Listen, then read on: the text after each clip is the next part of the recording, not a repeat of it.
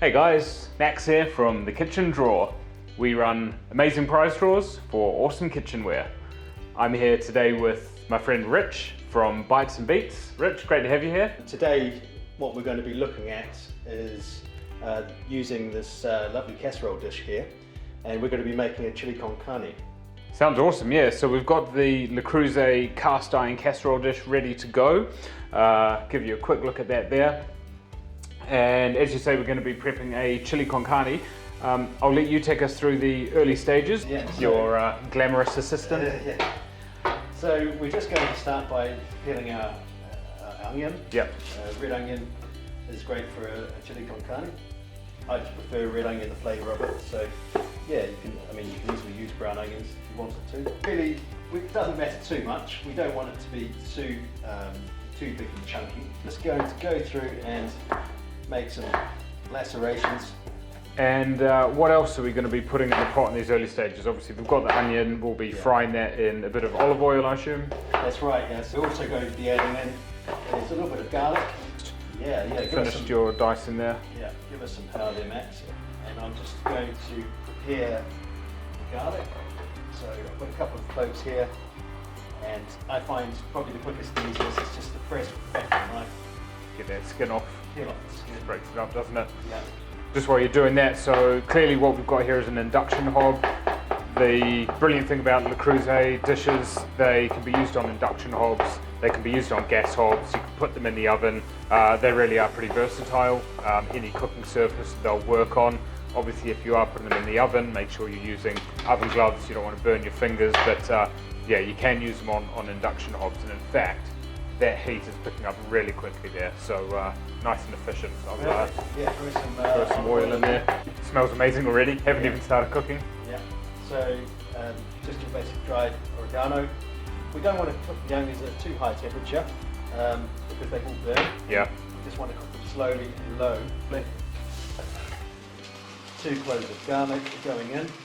Whenever a recipe tells me to use 2 cloves of garlic, I always go 3. If it tells me to use 1, I go 2. I can't help myself, I love garlic. That's fair enough. Yeah. Well, we've actually got a little bit of roasted garlic that adds the flavour in the sauce, so that's the reason I don't want to go too crazy on the garlic flavour. Yeah, and I'm just going to drop a little more olive oil there to stop it from dripping too much. Yeah. Man, it smells so good already. Yeah. So barely even started. Because what do we look? We're looking to caramelise them effectively, aren't we? Yeah, we want them to caramelise. We want them to go a nice, almost see-through colour. The oregano, which is roughly a teaspoon there. Bit of oregano, nice. Bit of just flake salt. Salt to go in there as well. Yeah, that temperature's dropped already. I think that's a little bit better, isn't it? That's helped out. So, and just a little bit of pepper in there, some flavour as well. Looks so good. So all we're going to do now is just give that an occasional stir. How long are we leaving that on for? Roughly 8 to 10 minutes. Okay. So it's really important just to keep moving them around, make sure you've got enough oil in there, and if you pull this one out, impress your family and guests. Yeah, sounds good. Okay, so I think what we're going to do now, we're going to move all this to the side, let that cook away, and we're going to move on to making the sauce, I believe. Sounds great, let's do it. We are going to make our own special sauce here. And special sauce? Yeah, special sauce. So many special ingredients, and they really combine to make a superb flavour in this chili. Here we've got 1 tin of plum tomatoes, whole plum tomatoes. Why are we using whole plum tomatoes instead of just a tin of chopped tomatoes? Yeah, good question. So they're much tastier for a start, plum tomatoes as a whole. And also if you buy the chopped version, then you're getting lots of chopped up leftover bits of tomato. Quite often you'll get pieces of core in there as well. And that will just be filling up the space with the water, and you don't get the flavour that you're really wanting. So always go for whole plum tomatoes from the can if you are buying them. So this is the first ingredient that's going to go into our NutriBullet. NutriBullet there. Cool. Okay. And next ingredient, that's really important is sweet peppers.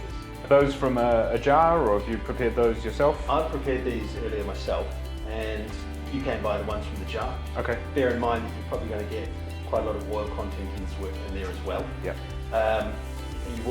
The flavour won't be too bad, but the best and most flavour is obviously the fresher the better.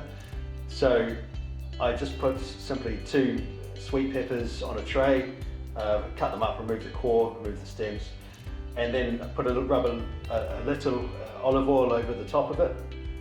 I also scattered around 3 or 4 cloves of garlic. Nice. This roasted garlic is another amazing flavour that will be added to this dish. Okay, so they're going in, joining the tomatoes in there. Good. So this is your special spice mix, right? I can tell you've got cumin in there. Yeah. What else have you got in there? Yeah, well, you're right. Yeah, cumin is in there. We've got some coriander. Coriander powder. Coriander powder. Ground coriander, yeah. Yeah, you can actually use both cumin seeds and coriander seeds and bake them and crush them up if you want to. Bit more effort, isn't it? I just go for the powder version. Yeah. You also got in here a little bit of brown sugar. You've also got a little bit of salt in there, black pepper as well. So what I'm going to do is, first of all, is just introduce these other 2 products here as well. So I know what this one is. This one is the mystery jar. What have you got there? Give us a smell, actually. Yeah, have a little smell. That's quite thick and dark, isn't it? Yeah.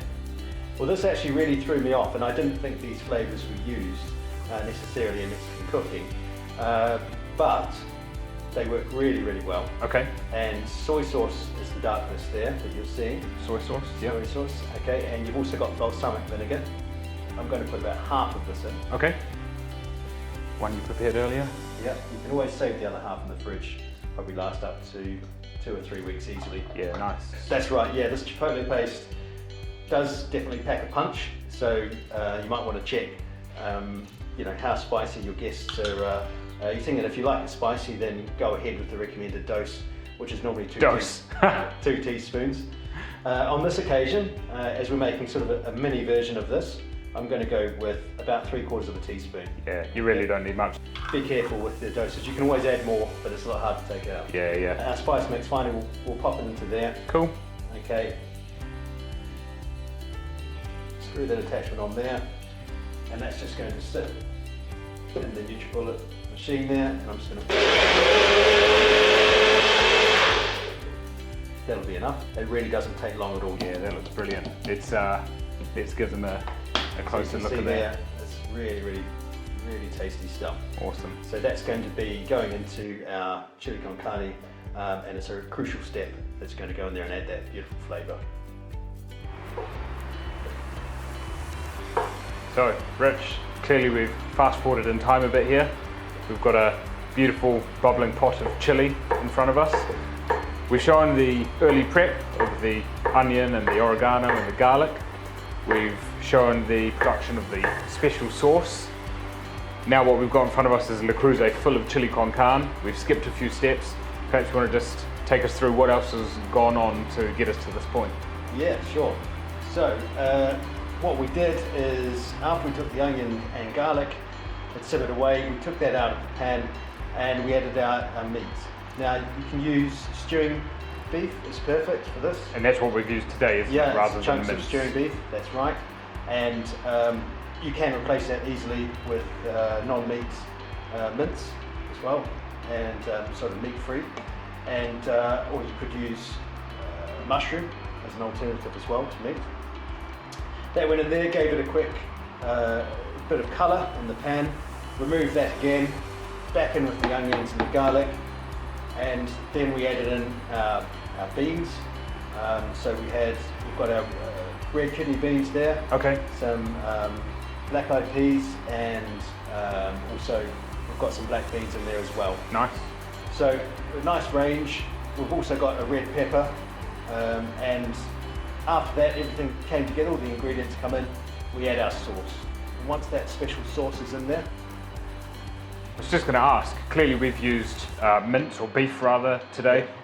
I'm assuming you can make a veggie version of this with, say, meat-free mince or jackfruit, something like that? that's right, yeah. So like I was saying, you can use meat-free mince, which is getting better and better in quality, really. Yeah. And great with the texture. If you don't like that, then you can also use mushrooms. If you want to replace it, mushrooms. Or canned jackfruit is great as well. Okay. That's called jackfruit. Perfect for this dish. Nice. So once you have that, and we've got our sauce in there, then we need a little bit more moisture, because you'll notice it would have been quite thick.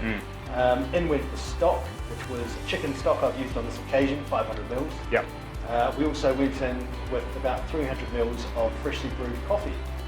Now, Coffee? Yeah, in chili? Yeah, that's right. And it's just going to give that little bit of extra flavour. Okay. Okay, and it's going to help with some of the caramelisation flavours as well. Nice.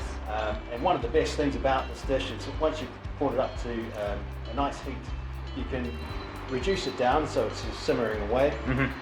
You pop the lid on, and we left that for around about 2.5 to 3 hours. These Le Creusets are actually brilliant. They really trap in that moisture, don't they? So you're not losing any of the beautiful moisture. It's just simmering away, and it's infusing all of those flavours. Yeah, that's right. So it's really great, this piece of kit. And one of the best things about it, if your recipe does call for it going into an oven, you can simply remove the lid, okay? And I've actually used it in my Le Creuset before and popped it into the oven. If I want to get some smokier, deeper flavours, maybe lose some of the moisture in the process as well. And you can put it into the oven for 45 minutes to an hour. Cool. And it will just add to that flavour as well. Okay, and yeah, here we are now. We're effectively at the end of the process. We're almost ready to serve up. You're just doing a little bit of prep for the garnish there, and then I think we're ready to give it a try. Yeah, you're right there. So we've got some fresh lime, some fresh chilli, a little bit of coriander if that's what you like. You hungry? Sure, let's give it a try. Okay, so we've got a lovely chili con carne. You can see how thick that's got. Yeah, let me hold that for you so it doesn't really, slide off. Started to thicken up, big chunks. Now obviously we're just serving this straight into bowls. I assume you could serve this with rice, with a bread, perhaps with some nacho chips. Yeah, you're right. Yeah, exactly that. So yeah, bread is lovely. Fresh bread is a great one. You can also, if you wanted to, you could use your rice. Yeah, some basmati rice is perfect for this dish. Beautiful. Nachos if you wanted to. So yeah, so we're just going to pop a few fresh chilies on there. Squeeze in some lime. Add a little bit of fresh lime, which really gives that nice sort of sharp kick of citrus flavours. And just going to sprinkle a couple of coriander leaves there as well. Look at that, 10 out of 10 for presentation. Okay, so there you go. That's the chili con carne. Just a try. Yeah, get in there.